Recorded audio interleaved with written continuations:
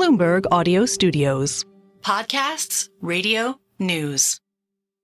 We're a few days out from Election Day, but chances are we're not a few days out from knowing who wins the White House.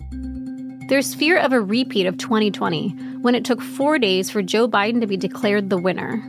Even before the final votes were counted, then President Donald Trump stoked false claims of widespread fraud, ballot harvesting, and hacked voting machines.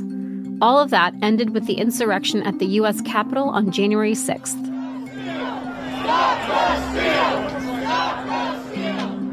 This is so abnormal in American history. It was very, very disturbing. That is a very major black eye in the reputation of the U.S. as the world's oldest and traditionally seen as most stable democratic society. Former Senator Pat Toomey was in the Capitol when rioters stormed it that day. He's a Republican from Pennsylvania.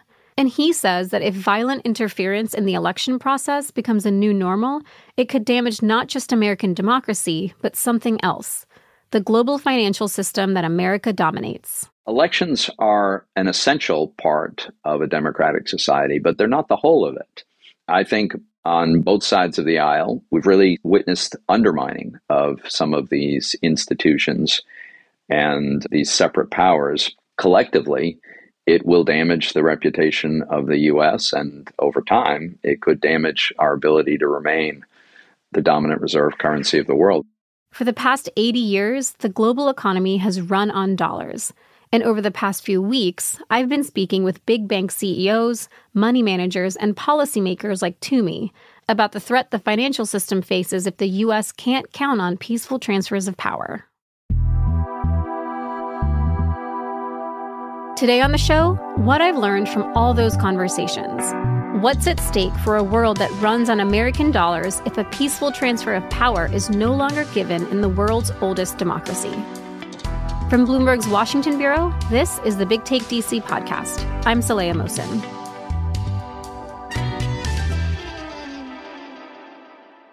On January 6th, 2021, then Senator Pat Toomey was in the U.S. Capitol building. Vice President Mike Pence was overseeing what's typically a routine certification of election results when he stepped away. What did you think when Vice President Pence left the Senate chamber that day? My initial reaction was not one of great surprise, because the vice president's role it's almost ceremonial, is ministerial. And so the idea that he would step off the dais and be replaced by the presiding officer of the Senate didn't strike me as particularly surprising. I thought this is just the fact that he doesn't intend to sit there for the full proceedings. He'll do various ceremonial aspects of it, but perhaps not the whole thing. But in the minutes that followed, a fuller picture of what was happening came into focus. Pence had been whisked out of the chamber by the Secret Service for his safety. Rioters were storming the Capitol, calling on the vice president to reject the results. Can you tell me what you remember most vividly about that day?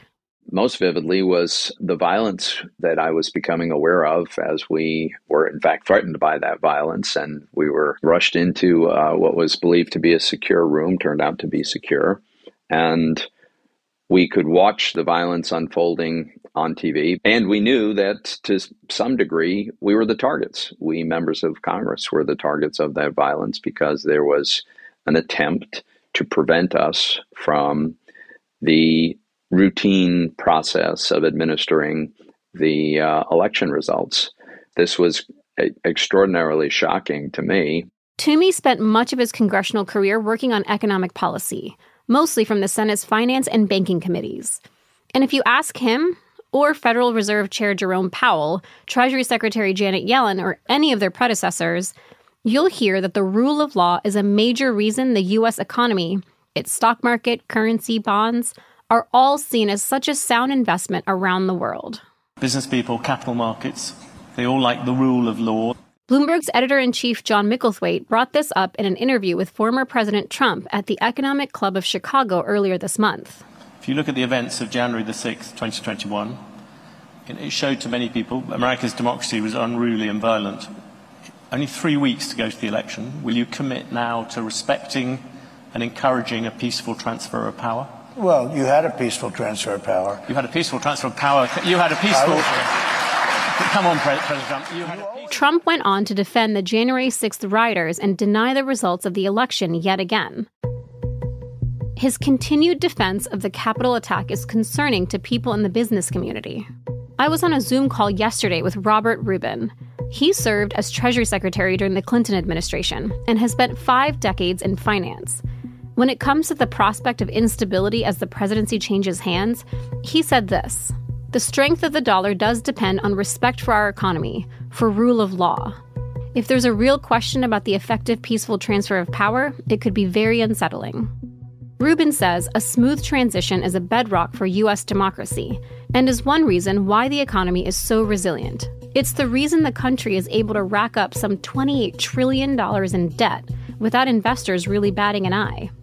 People around the world want to invest in the U.S. because the government, backed by free and fair elections that prevent dictatorships, won't run away with anyone's money. I asked Toomey how that strength has held up. It's a combination of factors. The biggest economy in the world is one that people can't ignore. The biggest consumer market in the world is very attractive to people. But I would suggest that equally important, if not more important, is the tradition, the history, the clear evidence that the United States respects the rule of law. We also have limits on the power of our governments, both state and federal and local for that matter. And that's very important too, because a potential investor can invest in the U.S. with a very high level of confidence that the government isn't going to come in and undermine or confiscate or otherwise jeopardize a person's investment. That's not true around much of the world. If you're looking for a safe investment, any American asset is a good bet. The S&P 500, U.S. Treasuries, or the dollar itself, which is the world's reserve asset. That's great for Americans. It means interest rates for them on everything from credit card debt to student loans and home mortgages are lower, all because any investment in the U.S. economy is backed by a government with credibility. The dollar's regime actually started about 80 years ago at the end of World War II.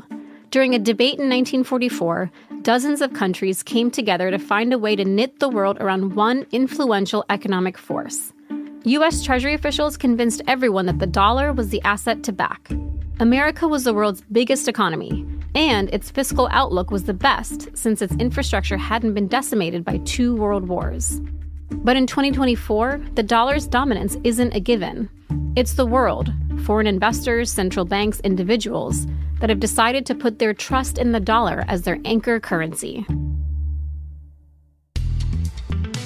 So if the American political and economic system isn't viewed as stable, could that permanently rattle investors and change their minds about the nation's credibility? That's coming up.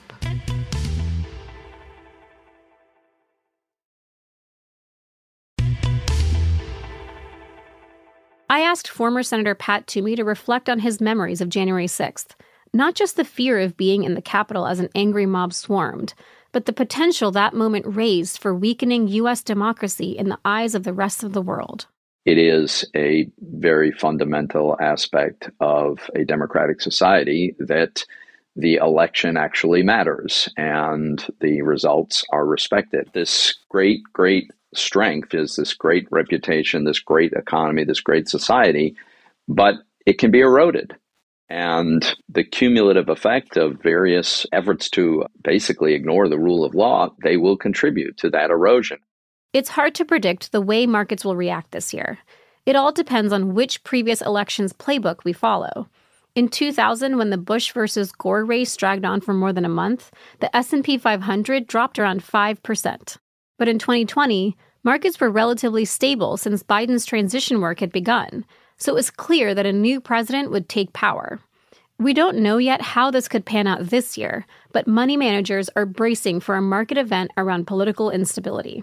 And many analysts fear that if questions around the transfer of power become more of a norm than an exception, it could make investors skittish. Toomey is among those with concerns. I think that the world looks at the U.S. and says, well, even if there is not a smooth and immediate and peaceful transfer of power as there ought to be, American institutions will prevail. the separations of powers will prevail. The division of electoral responsibility among the states and in the various counties within those states is a very, very important safeguard that we have. So I think that there will continue to be confidence, but it's not a good idea to challenge that confidence. There's likely a reason Biden dropped out of the race on a Sunday, and why other major political moves often happen when markets are closed. People want stability, and markets can be erratic in response to politics. But however the election goes, concerns about the relationship between U.S. politics and the economy won't end on January 6, 2025, when the results are certified. There's still the question of what a second Trump term could mean for markets, and criticisms over the use of executive orders as economic policymaking tools more broadly. I would argue the Biden administration has taken a number of steps that it knows is in violation of the law. One example is the ongoing effort to forgive student loans. The Supreme Court has confirmed that they have no legal authority, and they go ahead and try to do it anyway. That does not ensure confidence in legality. And there are plenty of other countries who would love to take America's place as the global economic power if it cedes its position. But Toomey told me, even if the U.S. dollar isn't the only game in town... It's the best game, that's for sure, and we ought to strive to keep it that way. So you think despite all this hand-wringing that we have right now, American exceptionalism is here to stay? Well, I certainly hope so. If we remain true to our founding principles, to the rule of law, the founders devised a brilliant, brilliant arrangement.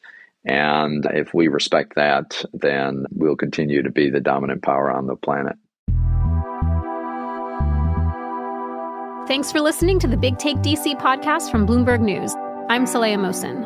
This episode was produced by Julia Press. It was edited by Aaron Edwards. It was mixed by Alex Sugiura and fact-checked by Adriana Tapia. A special thanks to Matt Shirley and Carter Johnson.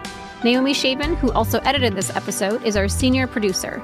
Wendy Benjaminson and Elizabeth Ponso provide editorial direction. Nicole Beamsterboer is our executive producer. Sage Bauman is Bloomberg's head of podcasts. Please follow and review the Big Take DC wherever you listen to podcasts. It helps new listeners find the show.